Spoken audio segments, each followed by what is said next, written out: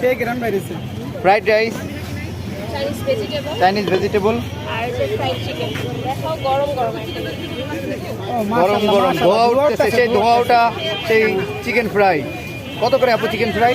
মানে সব প্যাকেজ মিলিয়ে মাত্র 100 টাকা। আমরা একটা সেট মেনু দিচ্ছি। সেট মেনু দিচ্ছেন, এত কম টাকায় কিভাবে দিচ্ছেন?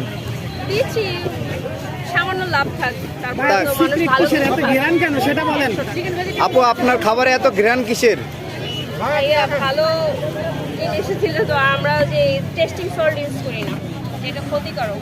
টেস্টিং সল্ট ইউজ করেন না আপুতে? রেগুলার সেল কিরকম?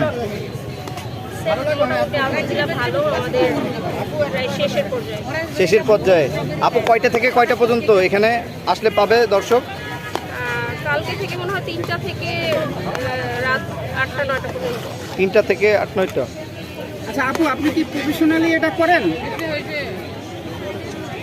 আপু এই স্ট্রিট ফুডের ব্যবসা মানে এটা কি প্রফেশনালি করেন নাকি এই কেক মার্কেটের কারণে করতেছেন? কেক মার্কেটের কারণে। আর আমি একজন নারী উদ্যোক্তা, আমি কনভেনশন হলে মেলা করি, তো ওখানেও আমি ফুডের আইটেম ছিল আর কসমেটিক্স আইটেম ছিল।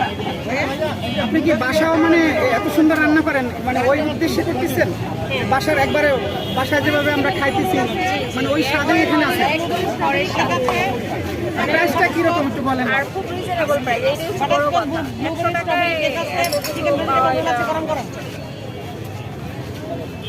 আমরা আপনার মুখে শুনলাম কথাগুলো আসলে, কিন্তু আপু তো একটা দর্শক secret দেখতে রয়ে পারলেন গেল। ইতিমধ্যেই। এই যে আপনি যে খাবারগুলো সার্ভ করতেছেন, এত সুন্দর একটা স্মেল বের হচ্ছে। আচ্ছা এই মানে এত মানে এটা কিভাবে শিখলেন, কার কাছ থেকে শিখলেন এই রান্না? আমার আম্মুর কাছ থেকে। আমার আম্মু রান্না করেন, আমিও রান্না করি, আচ্ছা কোন পেশায় আছেন বর্তমানে এইটা ছাড়া? House wife. ভাই কিছু জিজ্ঞেস করলে করেন।